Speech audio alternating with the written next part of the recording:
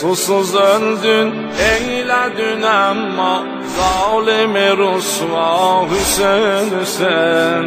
Ey şah-ı şehidan Mevlaya Hüseyin Hüseyin, alem sana kurban Mevlaya Hüseyin Hüseyin.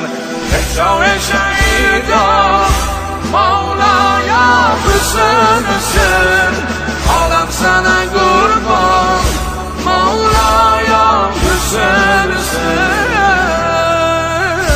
Eleyip sen alemi heyran eyledi günün gidabıdan, kurtarıp insanı sitemden kollarını açtın cenabiden.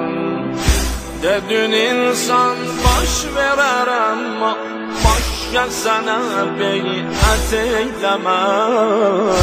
Dedin insan korksa ölümden canı kurtarmaz azabiden. Ey meşale iman Mevlaya Hüseyin Hüseyin, sen bize sultan Mevlaya Hüseyin Hüseyin. Ey meşale iman Mevlaya Hüseyin Hüseyin, sen bize sultan Mevlaya Hüseyin Hüseyin.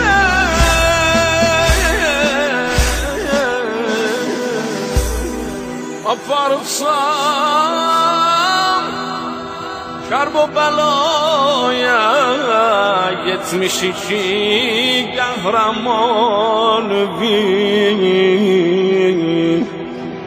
eleyip sen din ve kurban şebhe peygamber cevanı. Neçe yüzünden sonra azbaz Ağacımı çağırdım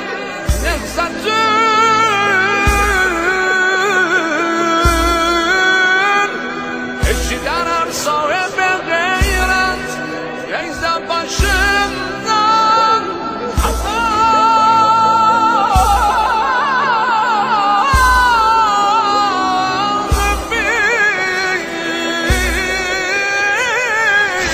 yazabilmez ben kimi şair, dağlara benzer figarvin. Bir Ali bir Hazreti Zahra, yaxşı bilərlər əyarvin. Nə olar ayçinə yaralı, qəlbi əzali imamimiz.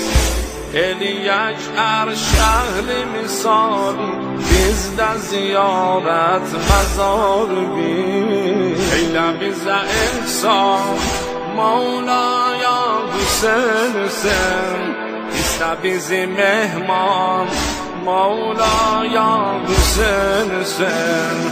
Eylə bizə ihsan Mevlaya Hüseyin Hüseyin, istə bizi mehman Mevlaya Hüseyin Hüseyin.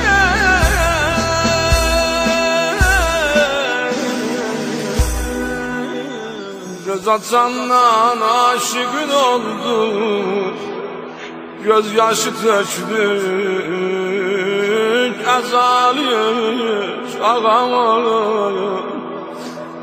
Her olanda mağı məhərrəm qarıbı ceydük vəfalıyıq. Belə deyilər, belə deyilər, indidən, indidən, indidən.